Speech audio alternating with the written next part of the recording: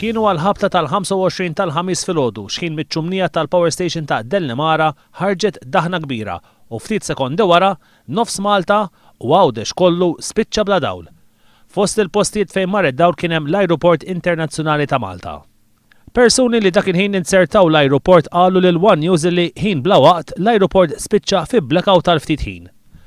Waqt li d-daħna miċ-ċumnija tal-Power Station ta' Dellemara baqgħet ħirġa ħin konsiderevoli, fi ftit ħin diversi persuni ċemplu lil One News jgħidu li huma m'għandhomx provvista tad-dawl. Intant satejn wara l Malta ħarġet stqarrija fejn ikkonfermat li d-dawl inqata' wara ħsara f'wieħed mill-boilers tal-Power Station ta' Dellemara. Fl-istqarrija tal Malta konfermata wkoll il-gravità ta' dak li seħħ hekk kif il-korporazzjoni qalet illi id-dawl inqata' f'Ħalfar, iż-Żurrieq, Rendi, Ħaltarxien, Ħażabbar, Witilajn, iż-Żejtun, ix-Xajra, il-Fgura, il-Birgu, Gudja, Santa Luċija, il-Mellieħa, iż-Żebbieħ, l-Imġar, il-Qawra, San Pawl il-Baħar, San Ġwan, l-Imsida u Għawdex kollu.